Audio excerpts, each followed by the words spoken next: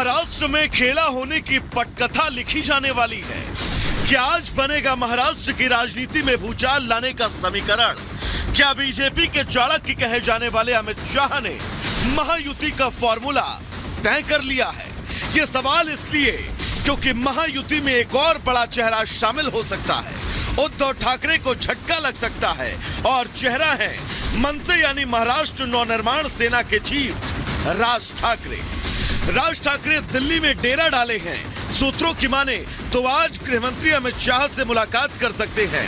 माना जा रहा है कि लोकसभा चुनाव 2024 के लिए राज ठाकरे की पार्टी एमएनएस की महायुति यानी एनडीए गठबंधन का हिस्सा बन सकती है।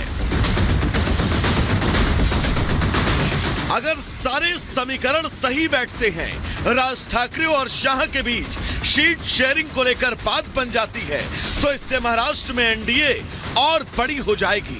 ऐसे में सवाल है कि अगर राज ठाकरे एनडीए में शामिल होते हैं तो उनके लिए किसके कोटे से सीट निकाली जाएगी, क्योंकि मामला यहां भी सीटों को लेकर फंसा है। सूत्रों के मुताबिक एमएनएस ने महाराष्ट्र में 2 सीटों की मांग रखी है। ये 2 सीटें दक्षिण मुंबई और शिरडी की हैं। वहीं खबर यह भी कि बीजेपी 1 सीट के लिए राजी है और वो सीट है दक्षिण मुंबई की। इसकी बड़ी वजह महाराष्ट्र में बीजेपी की बढ़ते साथियों की संख्या है।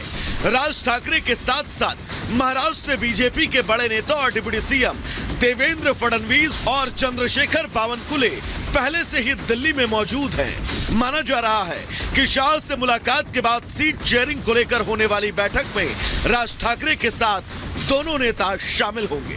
वहीं एमएनएस के महायुति का हिस्सा बनने की जो अटकलें हैं, उस पर बहुत पहले ही संकेत दे दिए गए थे। राज ठाकरे जी अभी हमारे एक विचारधारा वाले हैं, एक ही विचार के लोग हैं हम लोग, सभी लोग, और इसलिए निश्चित रूप से योग्य निर्णय होगा। महाराष्ट्र में एनडीए अलायंस में सीट शेयरिंग फाइनल स्टेज पर है। माना जा रहा है कि जल्द सीट शेयरिंग के फॉर्मूले का ऐलान किया जा सकता है। सीएम शिंदे कह रहे हैं सभी की सहमति से फैसला होगा। सीट शेयरिंग की बात की लेकर कोई चिंता नहीं है। सम्मानजनक निर्णय होगा, समन्वय से निर्णय होगा, और मैं दावे के साथ कहता हूं कि ऐसे माहौल में जब विपक्ष तो पूरा सो गया है, विपक्ष तो पूरा कॉन्फिडेंस लूज किया है उन्होंने, इस चुनाव में नतीजा आपको दिखेगा। और मोदी जी ने कहा है कि अब की बार 400 पार निश्चित रूप से आंकड़ा होगा। बीजेपी पहले ही महाराष्ट्र की 48 में से 20 सीटों पर अपने उम्मीदवार उतार चुकी है। बाकी सीटों पर पार्टी ने उम्मीदवारों के नाम फाइनल कर लिए, लेकिन शिंदे गुट की शिवसेना और अजित पवार की एनसीपी की 20 सीटों को लेकर जारी टकराव को लेकर पेंच फंसा है। अब सबकी नजरें महायुति की सीट शेयरिंग पर है, जिसके बाद साफ हो पाएगा कि किसके खाते में कौन सी और किसके खाते में कितनी सीट जाएंगी। ब्यूरो रिपोर्ट और रिपब्लिक भारत।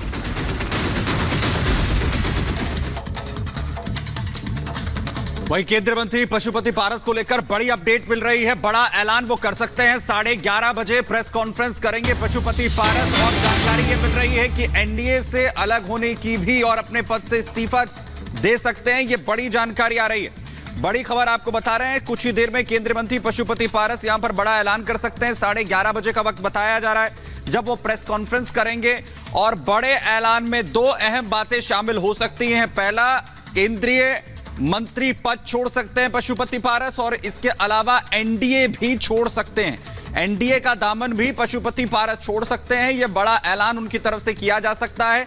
नाराजगी की खबरें बिहार में जिस तरीके से एनडीए में सीट शेयरिंग को लेकर हुई, उसके बाद से उनकी सामने आ रही थी।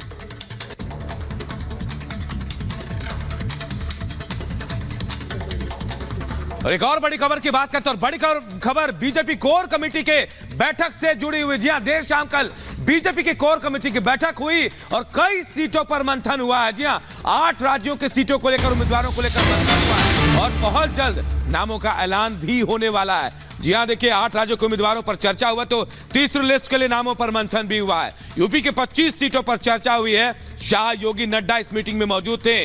कल देर शाम दिल्ली में बीजेपी मुख्यालय में अहम बैठक हुई है और तीसरी लिस्ट को लेकर चर्चा चल रही है। 8 राज्यों के उम्मीदवारों पर चर्चा हुई तो तीसरी लिस्ट में जो उम्मीदवार हैं जिनका नाम फाइनल होना है उन पर भी मंथन हुआ कि किसे सीट दिया जाए, किसे कहां से हटाया जाए। शाह, योगी, नड्डा इस मीटिंग में मौजूद थे।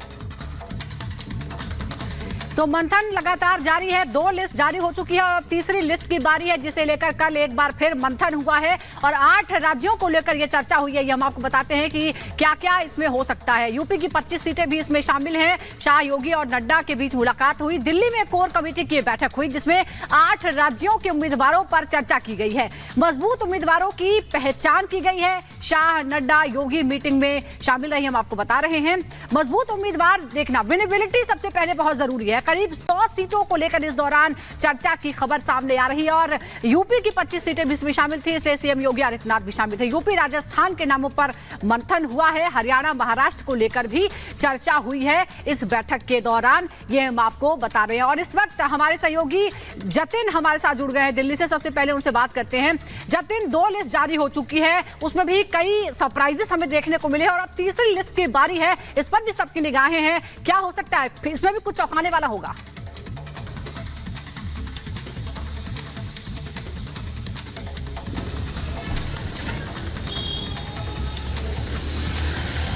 जतिन, आवाज आ रही है आपको? तो जतिन के पास हम यहां पर चले। अब तीसरी लिस्ट के लिए जो मंथन है वो यहां पर किया गया है। उत्तर प्रदेश की 25 सीटें भी इसमें शामिल हैं जिसमें शाह और इसके अलावा उत्तर प्रदेश के सीएम योगी आदित्यनाथ, जेपी नड्डा बैठक का हिस्सा यहां पर रहे। बीजेपी की एक कोर कमेटी की बैठक, इसमें 8 राज्यों के उम्मीदवारों के नाम पर चर्चा की गई है। दरअसल तीसरी लिस्ट यहां पर आनी है और वहीं इसी बीच बड़ी खबर आपको बताएं, उत्तर प्रदेश की बची हुई सीटों पर बीजेपी में चर्चा हुई है। 25 सीटों के उम्मीदवारों पर चर्चा, कई सीटों पर नए नाम पर भी चर्चा की गई है। 1-2 सीट पर जो उम्मीदवार हैं उन्हें बदला जा सकता है, यानी कि नए चेहरों को भी मौका एक बार फिर से दिया जा सकता है। क्योंकि अगर हम यहां पर देखें पिछले 2 जो है बीजेपी की लिस्ट का, उसमें कई नए चेहरों को मौका यहां पर जो है वो दिया गया है और वहीं उत्तर प्रदेश की बची हुई सीटों पर भी चर्चा जो है वो यहां पर अनूप होगी। बिल्कुल। और अजय उत्तर प्रदेश की खबरों को लेकर हमारे साथ जुड़ गए हैं। अजय, चर्चा हुई है 25 सीटों को लेकर, क्या सोर्स बता रहे, कहां का उम्मीदवार बदले जा सकते हैं, कहां नए नामों की चर्चा, कौन कौन इस नए नाम में शामिल है?